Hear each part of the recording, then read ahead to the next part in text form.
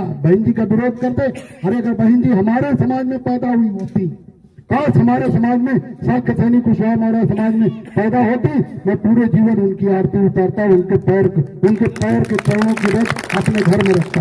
अरे तुम जो जाटो समाज के लोग जो महान दल के प्रमुख केशव देव मौर्य जी बहुत बड़ी बात बोल गए। कहते हैं केशव देव मौर्य जी, काश मायावती जी हमारे समाज में पैदा हुई होती तो मैं उनका आरती उतारता। आगे और बड़ी बात बोल गए केशव देव मौर्य जी, मैं उनके चरणों का मैल अपने घर में रखता। जी हाँ साथियों, आपने बिल्कुल सही सुना। ये अपनी व्याख्या बहुजन समाज के लोगों में बयां कर रहे हैं। बहन कुमारी मायावती जी के सरकार में बहुत विकास हुआ, ये बोल रहे हैं केशव देव मौर्य जी। जो दलित समाज जाटो समाज के निकम्मे नालायक होंगे वही बहन जी के बुराई करते हैं, जो कि कांग्रेस बीजेपी के एजेंट होंगे। यह वीडियो बहुजनों को देखना जरूरी है, लास्ट तक देखें और समझें। और आगे क्या बोल रहे हैं केशव देव मौर्य जी, उन्हें कसक पीड़ा दर्द है, वे अपनी दिल की बात समाज से सुना रहे हैं। आगे बोल रहे हैं कि बहन जी हमारे समाज में पैदा हुई होती, काश मौर्य सैनी समाज में बता रहे हैं, तो मैं पूरा जीवन भर उनका आरती उतारता तथा उनके पैर के चरणों के मैल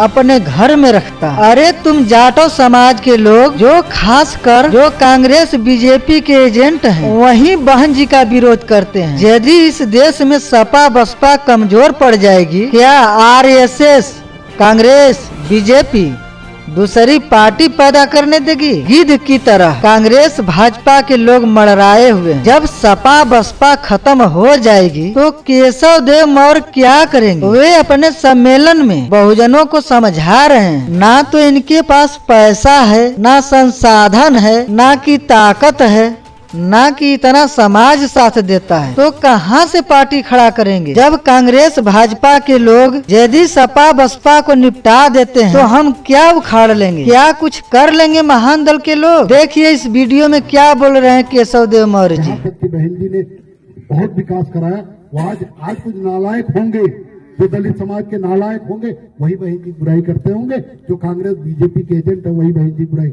जाटो समाज में पैदा हुआ व्यक्ति बहन जी का विरोध करते। अरे अगर बहन जी हमारे समाज में पैदा हुई होती, काश हमारे समाज में साक्य सैनिक कुशवाहा मौर्य समाज में पैदा होती, मैं पूरे जीवन उनकी आरती उतारता, उनके पैर के चरणों की रख अपने घर में रखता। अरे तुम जो जाटो समाज के लोग जो निकम्मे हैं, जो नालायक हैं, जो कांग्रेस बीजेपी का एजेंट है, तुम बहन जी का विरोध कर रहे हो।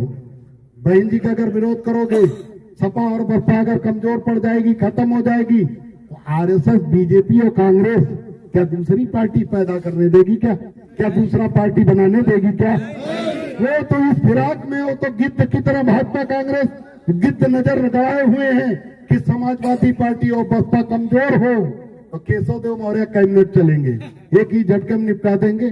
कहाँ चल पाएंगे केशव देव मौर्य? अभी न पैसा है, न संसाधन है, न ताकत है, और न इतना समाज साथ देता है। कहाँ पार्टी खड़ी कर? जब वो बसपा और सपा को निपटा देंगे, हम क्या उखाड़ लेंगे? कुछ कर लेंगे महान दल वाले? क्या हम इतना कर सकते हैं? हम केवल इतना कर सकते हैं कि हम सपा और बसपा की मदद करके भाजपा और कांग्रेस को सत्ता से दूर रख सकते हैं। और भाजपा और कांग्रेस हमारी दुश्मनी क्यों है? हमारी पर्सनल किसी से लड़ाई नहीं, लेकिन दुश्मनी इसलिए है कि भाजपा और कांग्रेस जहां जहां केवल भाजपा कांग्रेस रहती है वहां दलित पिछड़े केवल मजदूर बनते, इसके अलावा उन्हें नौकरी का अधिकार, ठेकेदारी का अधिकार नहीं। उनके अभी भी मध्य प्रदेश में ऐसे गांव हैं जहां कुशवाहा रहते हैं, जहां दलित पिछड़े रहते हैं, जहां अगले हिंदुओं के घर के सामने से उन्हें जूते अपने हाथ में लेके जाने पड़ते, पहन के नहीं जा सकते। है कि नहीं है? हमारे कुछ पदाधिकारी गए, और आप भी जाना हो तो चले जाओ राजस्थान में। ये दोनों सामंतवादी पार्टियां, भारतीय जनता पार्टी और कांग्रेस दोनों मनवादी पार्टियां, ये अगड़े हिंदुओं को बढ़ावा देती। हम नहीं कहते कि अगड़े हिंदू को बढ़ावा खराब बात है, करो, लेकिन सबको बढ़ाओ, जातिवादी मत चुनो। लेकिन भाजपा और कांग्रेस दोनों जातिवादी, दोनों केवल अगड़े हिंदुओं को, सवर्णों को मजबूत करती, दलित पिछड़ों को खाली उल्लू बनाकर इनका वोट लेती, इसके अलावा कुछ नहीं करती इनके लिए। आज उत्तर प्रदेश में नेताजी के दबाव में, लालू यादव जी के दबाव में, शरद यादव जी के दबाव में, देवेगौड़ा जी के दबाव में और हमारे कांसीराम साहब और बहन जी के दबाव में यहाँ बीपी सिंह जी की सरकार में, बीपी सिंह जी की सरकार में आरक्षण मिला पिछड़ों को 27% का आरक्षण। लेकिन यही आरक्षण मध्य प्रदेश में लागू नहीं, यही आरक्षण राजस्थान में नहीं देती कांग्रेस सरकार। जहां कांग्रेस और बीजेपी की सरकार है वहां पिछड़ों को कुछ नहीं। मंडल आयोग अगर रुका रहा, जाति जनगणना अगर नहीं हुई, अंग्रेजों के समय में जाति जनगणना हुई, अंग्रेजों ने ये बात को महसूस किया कि यहाँ जातियां गिनी जाए और सबको हिस्सेदारी मिले, सबको शिक्षा मिले, सबको सम्मान मिले, सबको पैसा मिले, सबको खेत बाड़ी बराबर मिले, इसलिए उन्होंने जाति जनगणना कराई। लेकिन अंग्रेजों 1931 में जाति जनगणना हुई, लेकिन आजादी के बाद कांग्रेस ने जाति जनगणना नहीं होने दी। दबाव में समाजवादी पार्टी के नेताओं के या बहुजन समाज पार्टी के नेताओं के दबाव में, शरद यादव जी के दबाव में, लालू यादव जी के दबाव में जाति जनगणना हुई भी 2011 में। कांग्रेस की सरकार में मजबूरी में कांग्रेस ने कराया, लेकिन उसके आंकड़े बाहर नहीं किए। क्यों?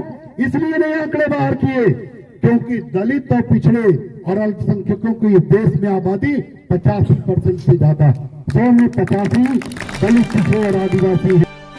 तो आपने इस वीडियो में अच्छी तरह से समझ लिए होंगे कि बहन कुमारी मायावती जी कितनी बड़ी हस्ती हैं, जो कि आज दूसरे समाज के लोग तरस रहे हैं कि काश हमारे समाज में जन्म ली होती। केशव देव मौर्य जी ने आरक्षण को भी सामने उजागर कर दिए कि लालू यादव, मुलायम यादव, कांसीराम साहब, बहन कुमारी मायावती जी की देन से बीपी नरसिम्हा राव की सरकार में ओबीसी को आरक्षण प्राप्त हुआ। उन्होंने उदाहरण भी MP राजस्थान का दे दिए कि जहाँ जहाँ कांग्रेस बीजेपी की सरकार है वहाँ आगड़े हिंदुओं की चलती है, स्वर्णों की चलती है। इसलिए सभी बहुजनों को एक होना पड़ेगा, तभी देश से कांग्रेस बीजेपी की सरकार जाएगी। ये दोनों पार्टियां बहुत बड़ी गेम खेल रही हैं बहुजनों के साथ। यदि कांग्रेस बीजेपी से मुक्ति पाना है तो बहुजनों को एक साथ आना पड़ेगा। खास तौर SC समाज के लोगों को धिक्कारते हैं जो लोग बहन कुमारी मायावती जी को अनाप शनाप बोलते हैं। वो साफ साफ कहते हैं कि वही जाटो बहन जी को नहीं मानता होगा जो कांग्रेस बीजेपी का एजेंट है। समाज में पैदा हुई होती,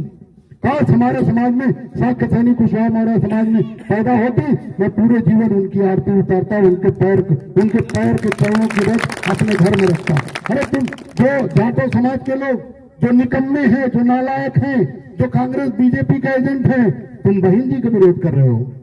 बहन जी का अगर विरोध करोगे, सपा और बसपा अगर कमजोर पड़ जाएगी, खत्म हो जाएगी, तो RSS, बीजेपी और कांग्रेस क्या दूसरी पार्टी पैदा करने देगी? क्या दूसरा पार्टी बनाने देगी? क्या वो तो इस वीडियो कैसा लगा कमेंट में जरूर बताएं। लाइक, शेयर तथा जो लोग चैनल पे नए हैं आप सभी से अनुरोध है कि सब्सक्राइब कर दें ताकि ऐसी वीडियो आप तक आसानी से पहुंच सके। तब तक के लिए जय भीम, जय भारत, जय मूल निवासी, जय संविधान, नमो बुद्ध।